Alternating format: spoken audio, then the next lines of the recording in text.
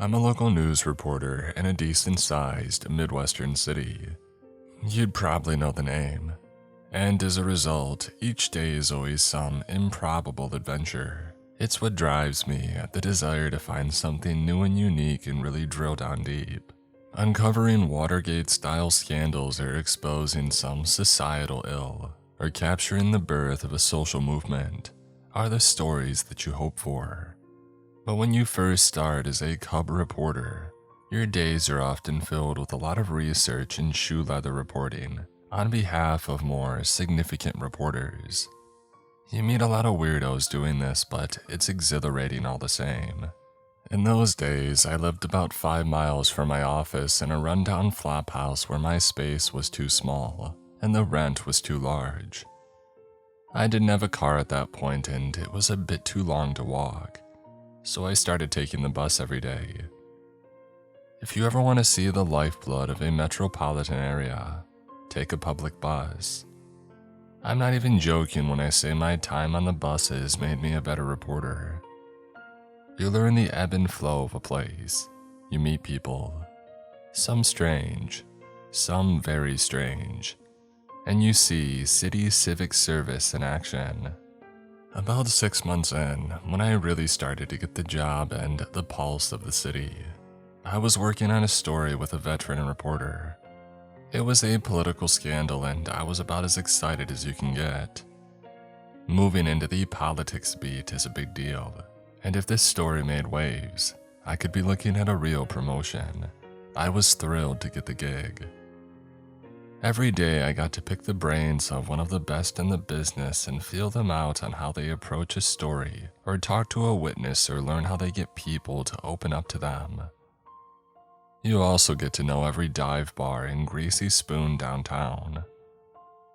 Stories start in these places as rumors before they get research and blossom into an exclusive article on page 1. They can be a bit sketchy though. Thankfully, the lead reporter, let's call them Pat, was a well-established figure in these locales. Their shadow darkening the door frames was a common sight, especially at the bars. We were having an eye popper, their created phrase for scrambled eggs, bacon, and a shot of whiskey, at a local dive, and I showed up about 10 minutes late.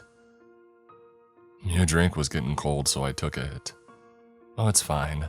I ordered a coffee at the corner, I said, holding up my Starbucks cup. Hey, don't show that around here. I've got a reputation to uphold, he said, looking around. If you're worried about your man of the people shtick, you'll be fine. Everybody drinks Starbucks every once in a while. They're McCoffee, basically. Nothing more salt of the earth is that, I said, taking a sip from my iced coffee. Well, then you drink it, he said, scooping up a forkful of scrambled eggs. Yeah, the bus was a bit behind, I said with a shrug. Nothing I can do about a guy taking 10 minutes putting his bike on the rack. Jesus, you're on the metro? Pat asked, nearly spitting bits of eggs on me. Why? No car and my apartment's too far away, I answered. Oh, I don't miss those days. Please tell me you don't give money to people at bus stops. I mean, sometimes, I said before he cut me off. Yeah, you're getting scammed.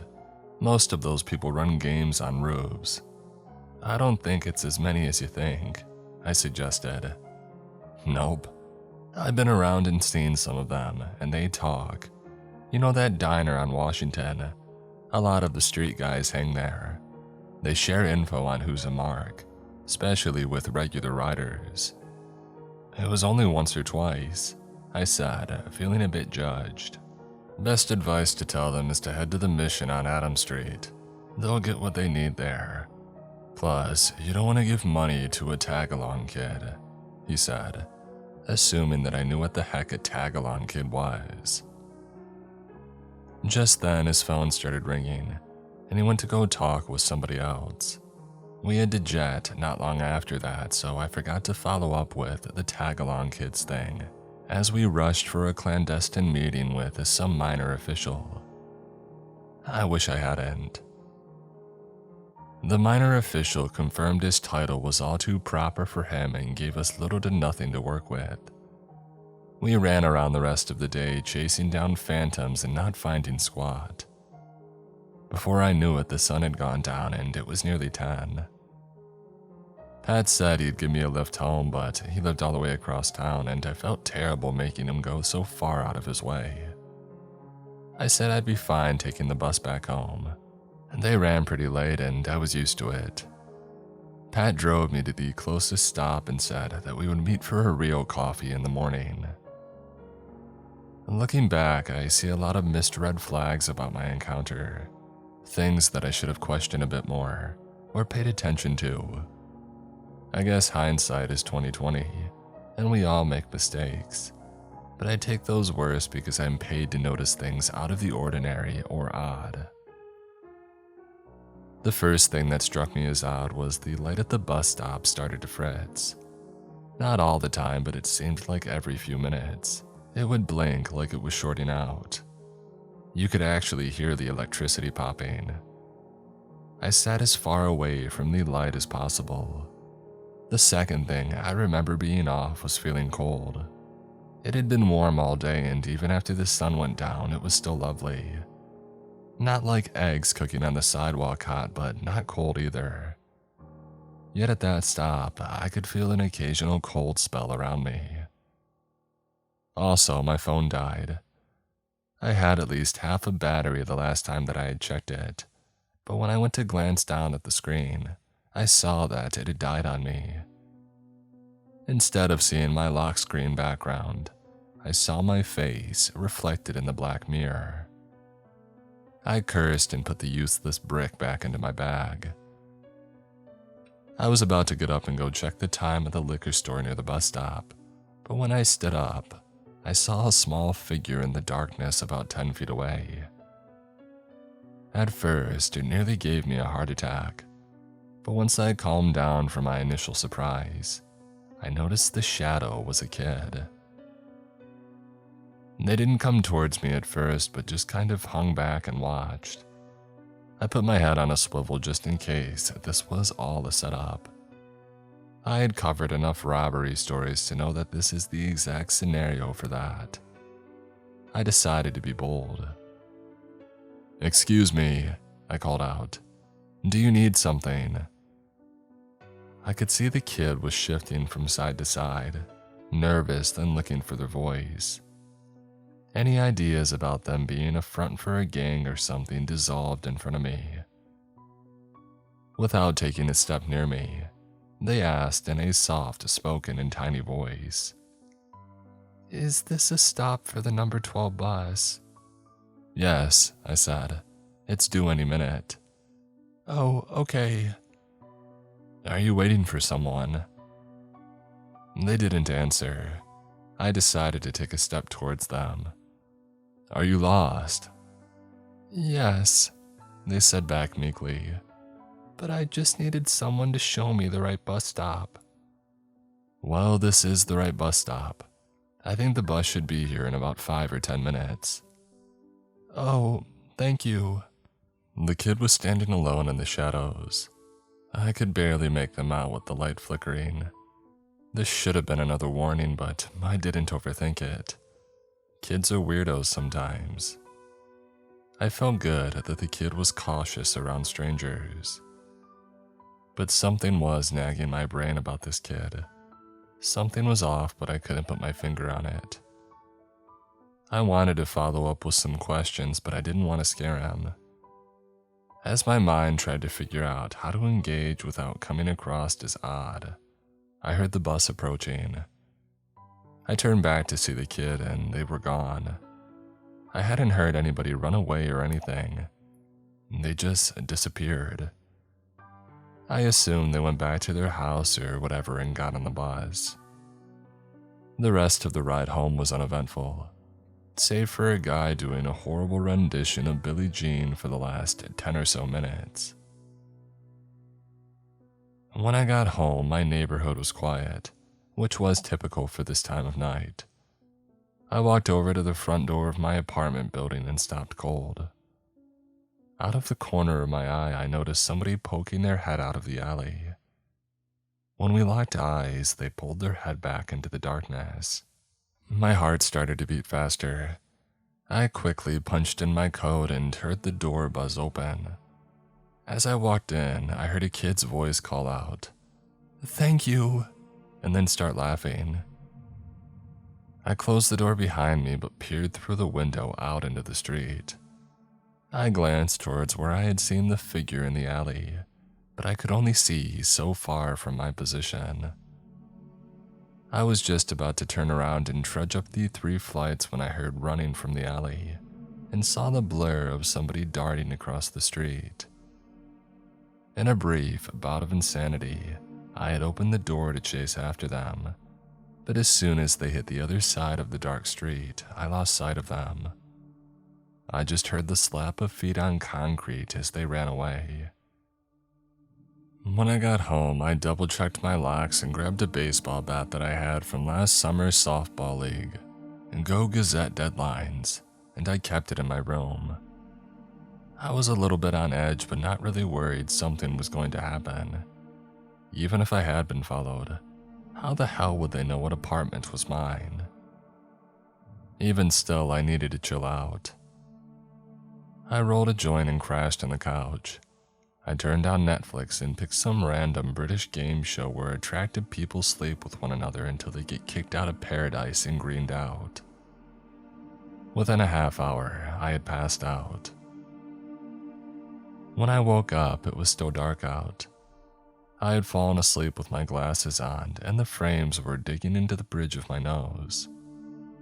I took them off and rubbed the indent on my skin when I heard somebody laughing on the street. It wasn't a full-throated guffaw or anything, but more like a playful giggle, like something a kid would do. I made my way to the window that faced the street and peeked out. I scanned around the road and didn't see anyone or anything out there. I was about to head to bed when, out of the corner of my eye, I caught something moving just out of range of the streetlight. It was a person, but as they walked by the lamppost, the light blinked out and went dead. I stayed a few minutes more, but I couldn't see anything out of the ordinary. The sleepy part of my brain convinced my scared part that I was making mountains out of a molehill and just needed to head back to bed. As usual, sleep brain won, and within 10 minutes, I was out. The following day at the office, I found Pat waiting for me with 2 cups of coffee. He nodded as I sat down and slid one of the cups of Joe to me. "Bus issues again?" "I'm on time," I said, taking a sip of the coffee. "Wow, this is good." "I know," he said, smirking. "And for a reporter, being on time is being there 30 minutes early. I got a huge lead on the story. Someone inside the administration is looking to talk. Someone big." I was excited. "Break the story open," I said excitedly. "Break the world open big, if they decide to go on the record. They want to meet us and feel us out before they start giving us any information." "How did you pull this?" "I know everyone," Pat said matter-of-factly. It was only a matter of time before somebody spoke up. "They know what's going on is wrong," I said. "And that is what always flips people," Pat said, taking a sip of the coffee. "Outside of socio and psychopaths, most people have an internal altimeter that tells them when they should deploy their safety chute.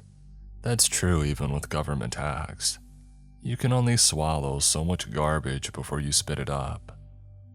I like the parachute metaphor better. Everyone's a critic. Come on, we got some stuff to do. Hopefully not throw it up. Don't get gross on me now. Professionalism always," Pat said with a wink.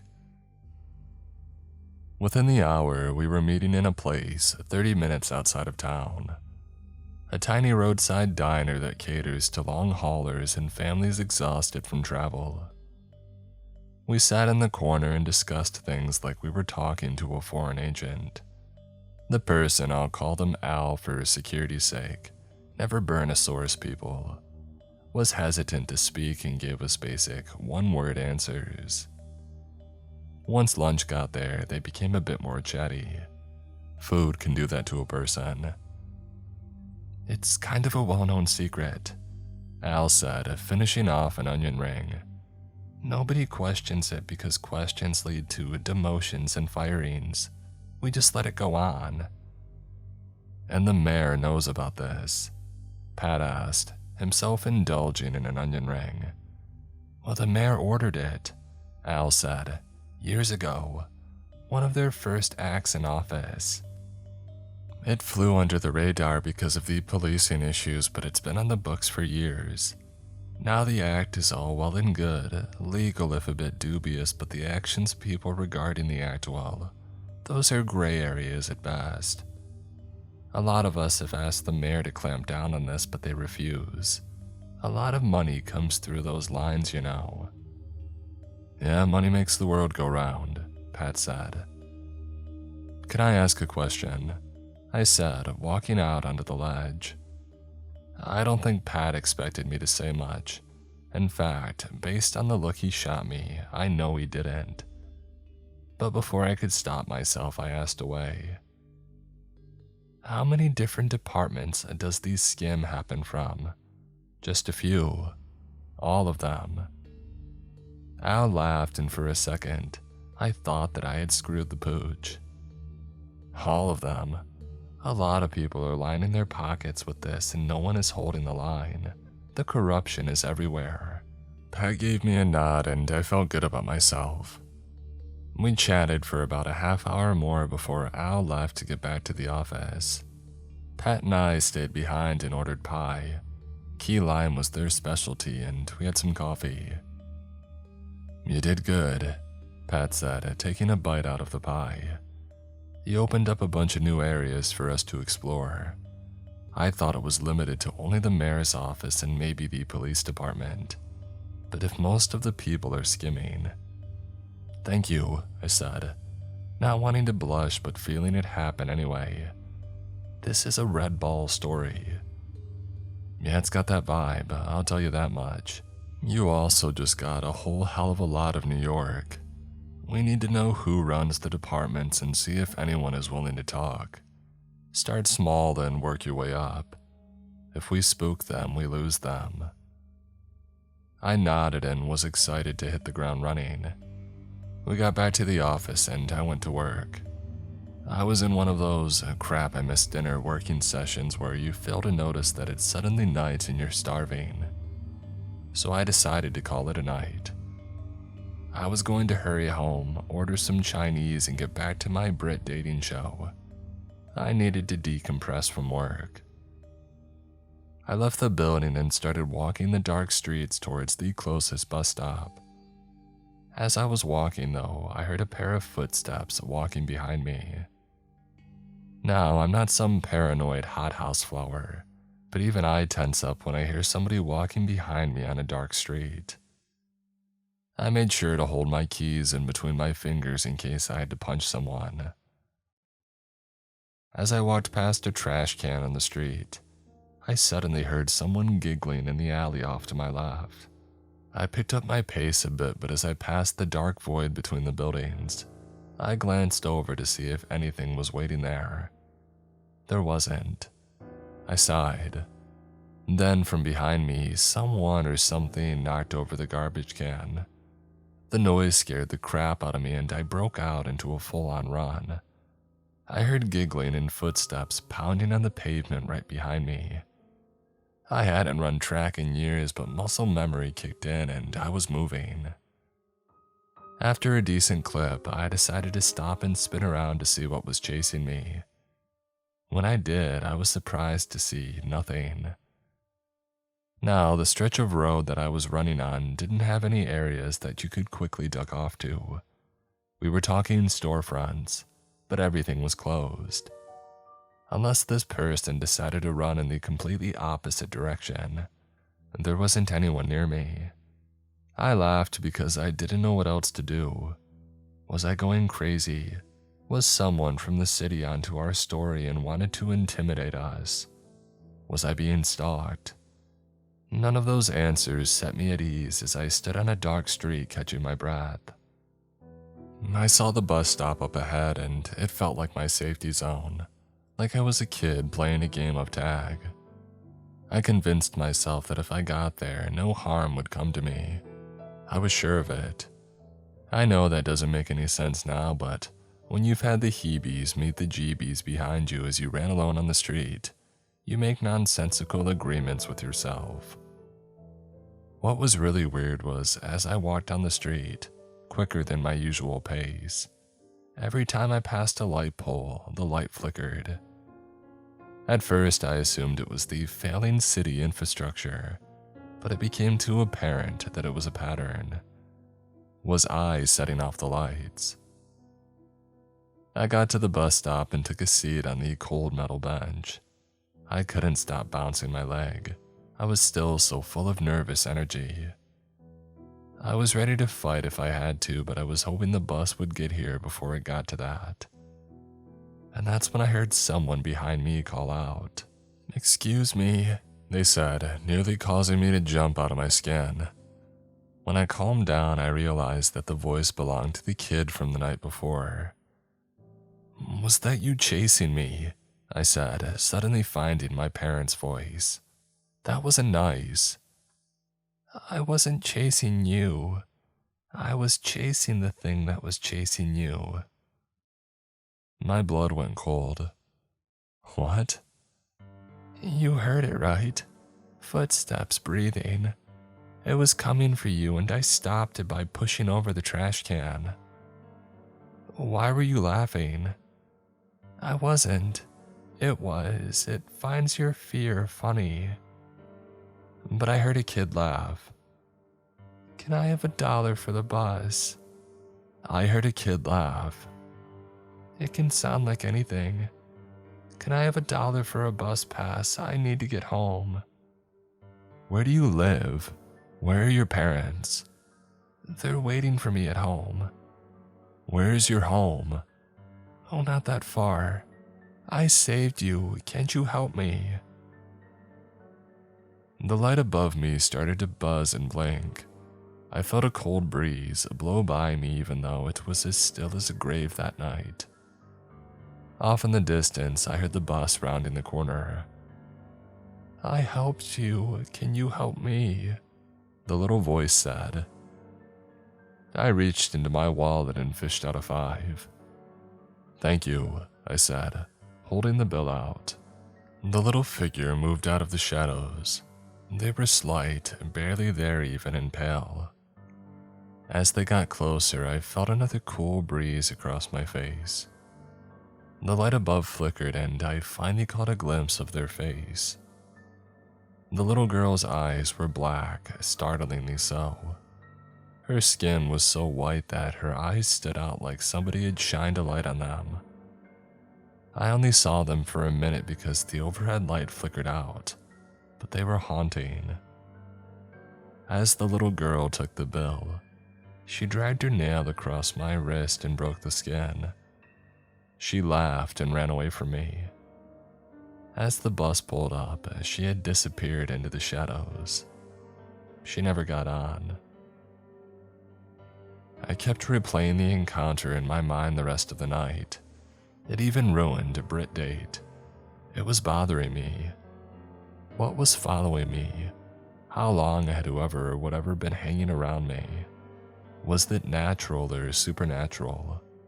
What about that little girl? Who was she and why did she keep popping up near the bus but never actually riding the bus? Why were her eyes so black?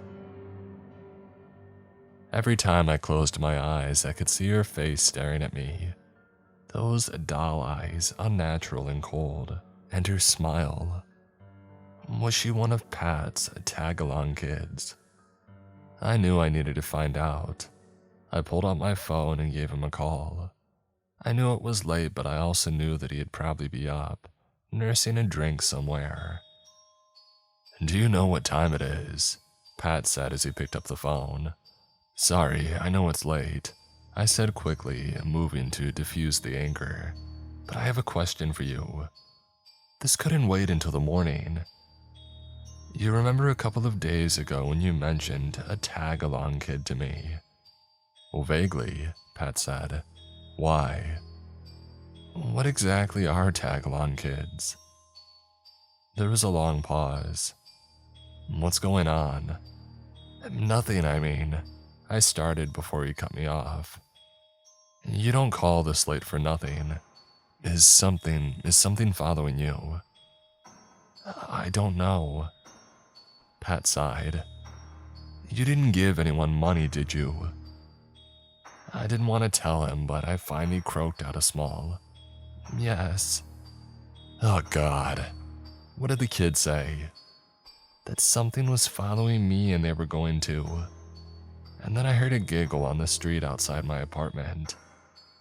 Going to what? I moved to the window and peered out the side of my curtains to not signal anything down there. At first look, there wasn't a soul. But then I saw a streetlight start to flicker. My eyes focused on the dark and I saw them. The little girl was standing in the shadows outside my apartment. Hey, what's wrong? The girl, she's outside my apartment. Is she alone? I glanced around. I think so, I don't see anyone else. Good, Pat said. Sometimes they travel in packs. I'm sorry, what? Listen to me. Whatever happens, do not leave your apartment. Do not open the door for anyone regardless of what they say. Why? Because something wants into your place. What for? They want you. Why? You don't want to find out. I'm going to head over with somebody that can help. How will I know it's you? I'll say a password. Banana Tuesday. You hear me say Banana Tuesday, it's me. Well, what should I do in the meantime? Nothing. Don't open the door, don't engage, don't do anything. And for God's sake, don't let anything touch you. I stayed quiet. She didn't touch you, did she? Well, she scratched my wrist when I gave her the money. I heard Pat pull the phone away from his mouth and swear loudly, and then he got back on. Just stay calm and wait for me. If you have salt, put some in all the corners of your apartment. A little pile, nothing crazy. Just calm down. Just calm down, I thought. Sure. Why hadn't I thought of that? I know Pat was going to help, how, I didn't know. But I couldn't help but feel like that was a band-aid on a gunshot wound. Still, I thanked him and I hung up the phone. I walked back to the window and I peered outside. The night was still, and the light was no longer flickering. From an outsider's perspective, it looked like a typical urban night. I sighed and moved away from the window. As soon as I was about to plant myself on the couch and not move until I heard the words, Banana Tuesday, I suddenly couldn't remember if I had locked my door. If something wanted to come in here, I should probably not only lock it but wedge something under the crack to make sure that they can't easily break in. I deadbolted and chain-locked my apartment door before dropping to the ground to cram that wedge into the door frame when I saw a shadow darken outside my door. I froze and tried to hold my breath.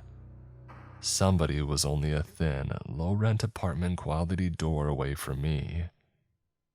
I'm not religious, but I said a silent prayer in case I needed some divine help. There was a giggle and then they sprinted off. As the figure ran down the hallway, I could hear the lights buzz until they burst. Glass shattered all down the hall as the footsteps just disappeared. I rolled away from the door and hid behind the couch. Suddenly the TV turned on, and I could hear my favorite British dating show, and I nearly had a heart attack. It's not that my sensibilities had been breached, but I had paused the screen when I called, but something had just turned it on. Turns out that person was me. In my mad scramble to the couch, I had hit play on the remote on accident.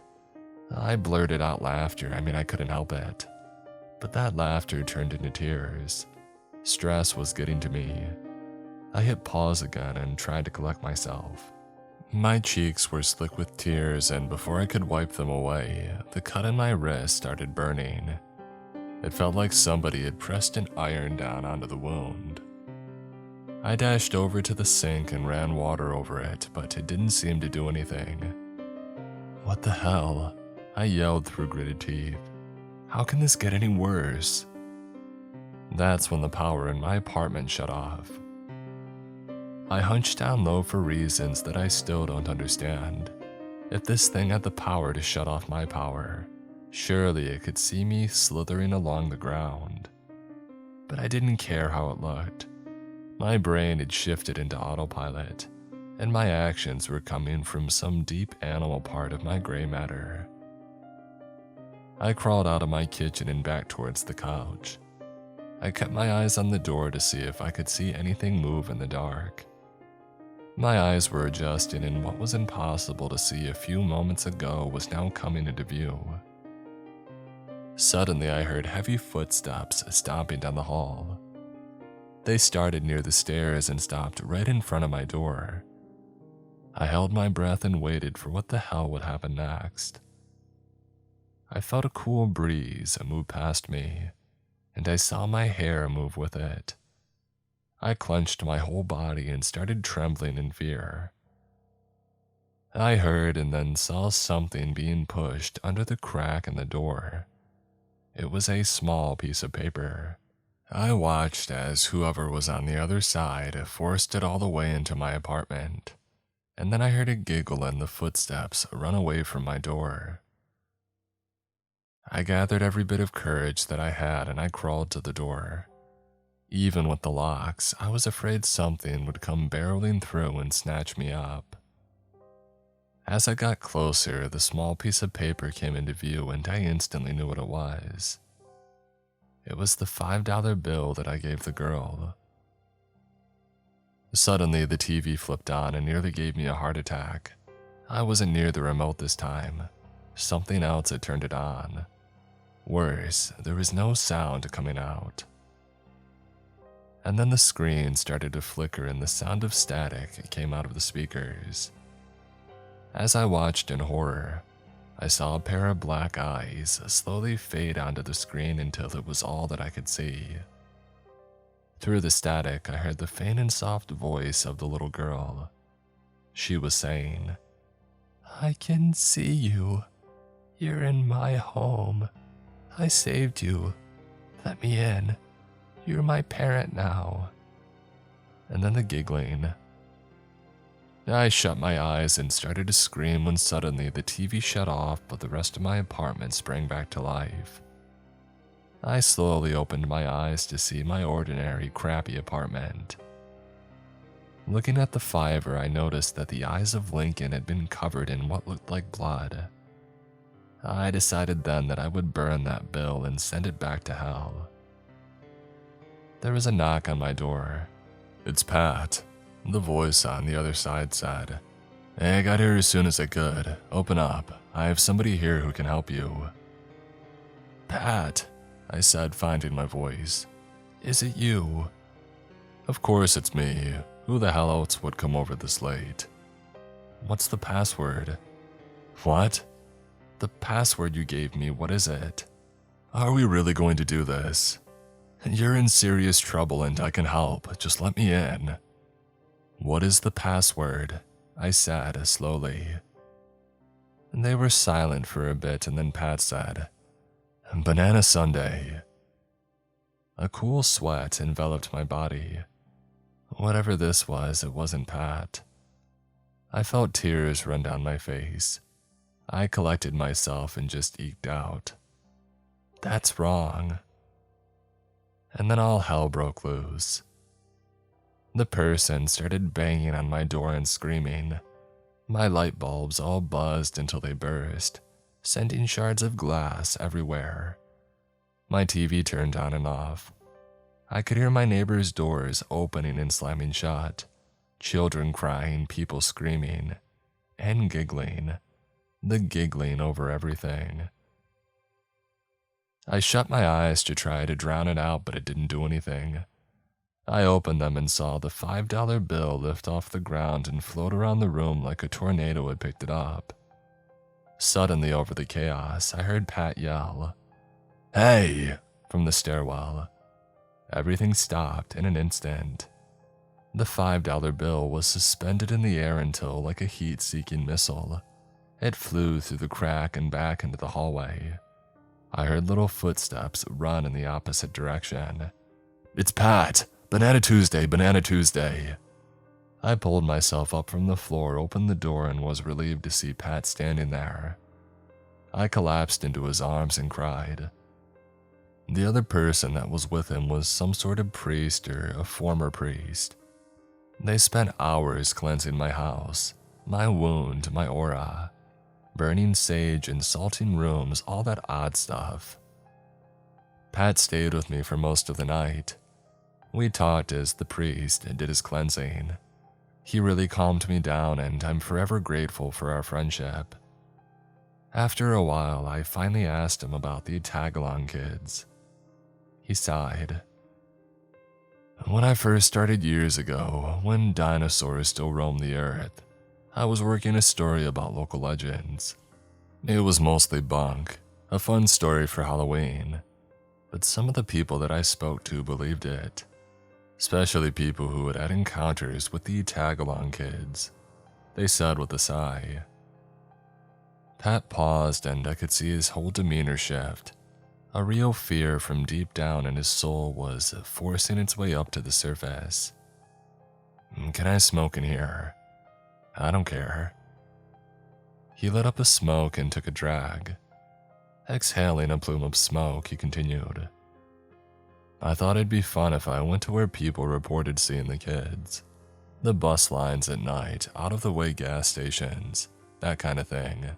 To see if I could experience it for myself. Bring a little bit of myself into the story. I found a kid, but I didn't know what I was messing around with.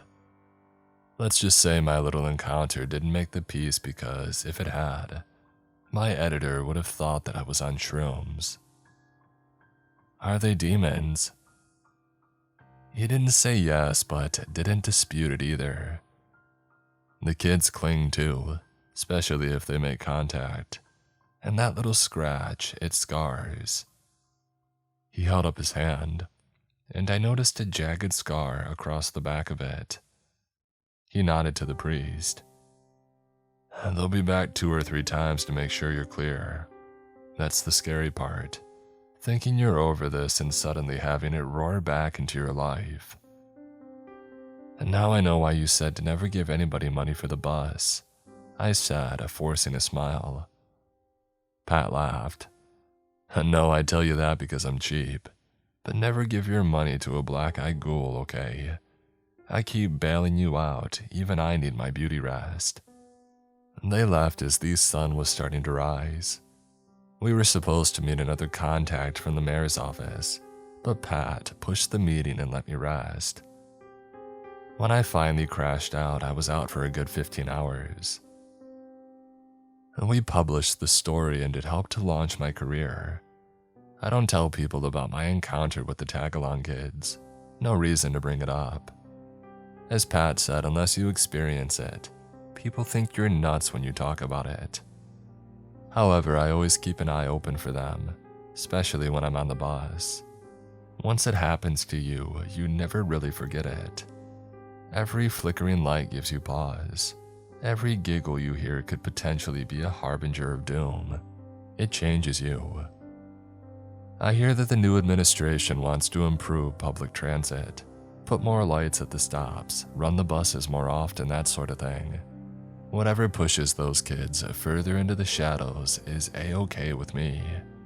You stop the tag-along kids from harassing passengers, you've got my vote.